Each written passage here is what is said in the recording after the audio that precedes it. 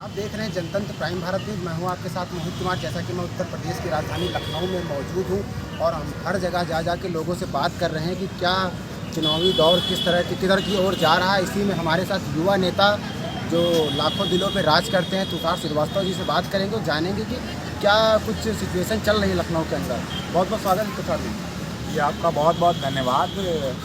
और जैसा कि आप देख रहे हैं कि इस समय तो बिल्कुल साफ साफ दिख रहा है, उत्तर प्रदेश की जनता ने मन बना लिया है। भारतीय जनता पार्टी को जड़ से उत्तर प्रदेश से हटाने का काम करेगी और देश के युवा ने जिस प्रकार से बेरोजगारी, और आप देख रहे हैं कि बेरोजगारी कितनी है, रोजगार किसी को है नहीं, मुद्दों से भटकाने की राजनीति भारतीय जनता पार्टी द्वारा की जा रही है और उनके पास रोजगार और विकास की बातें नहीं है। खाली हिंदू मुस्लिम के मुद्दे को लेके इस बार वो चुनाव में आ रहे हैं। और जिस प्रकार से आप देख रहे हैं कि उन्होंने रोजगार देने का काम किया नहीं है, तो इस वजह से अब की बार उत्तर प्रदेश की जनता ने मन बना लिया है कि 10 मार्च को उत्तर प्रदेश से उनका सफाया होना तय है। योगी जी कहते हैं कि समाजवादी पार्टी ने दंगइयों और कब्रिस्तान का विकास किया है, तो इस पर आप क्या कहना चाहेंगे?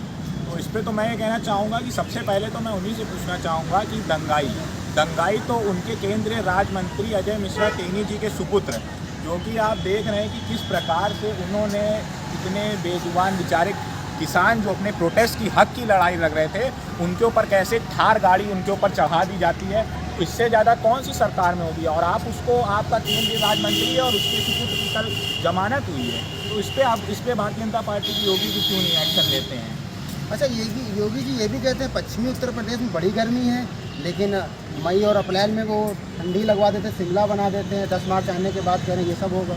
तो देखिए, इस बारे में तो मैं नहीं जानता कि उनके पास ऐसी कौन सी शक्ति है कि जो मई को गर्मी को सर्दी और गर्मी को सर्दी, ये कोई ऐसी कोई मुद्दे की बात हुई नहीं। जैसे लगता है योगी जी के पास पहले उन्होंने रोजगार देने का तो काम किया नहीं किसी को, तो ये मुद्दों से भटकाने की बात मत करें तो ज़्यादा ही अच्छा होगा। और किसकी सर्दी और गर्मी, इन सबका फैसला 10 मार्च को, आने वाली 10 मार्च को होने वाला है और उनको पता चलने वाला है कि किसकी तुषार जी, भारतीय जनता पार्टी का एक नारा है बेटी बचाओ बेटी पढ़ाओ, ये उत्तर प्रदेश में बेटियां सुरक्षित हैं क्या?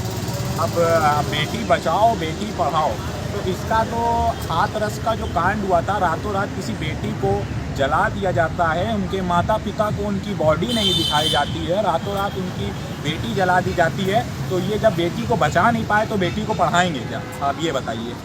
इन्होंने बेटी को बचाने का काम किया, बेटी को बचाने का काम किया। बेटी को बचाते तो हाथरस में ऐसी घटना ना होती जितनी दर्दनाक घटना हुई है। और ये कहते हैं कि बेटी पढ़ाओ, जब बेटी रहेगी नहीं तो बेटी पढ़ेगी कैसे?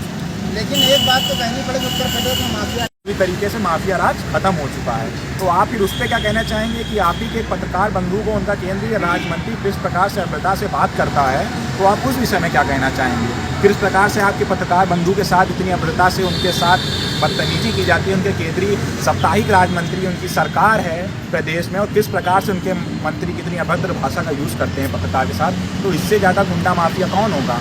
सीधी थार जलाती, कितने किसानों की जान चली गई, उस पर क्या कहना चाहेंगे? आप मुद्दों की बात करिए, वर्तमान सरकार की क्या स्थिति है आप उस पर बात करिए।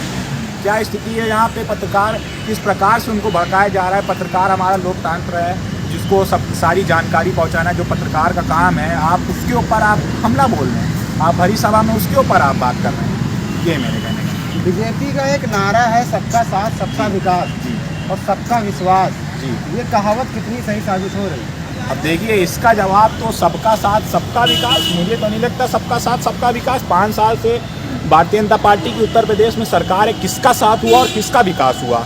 ना आपने युवा वर्ग को साथ दिया, बेरोजगारी चरम सीमा पे, आप राशन बांटते हो तो खाली मार्च तक राशन बांटते हो।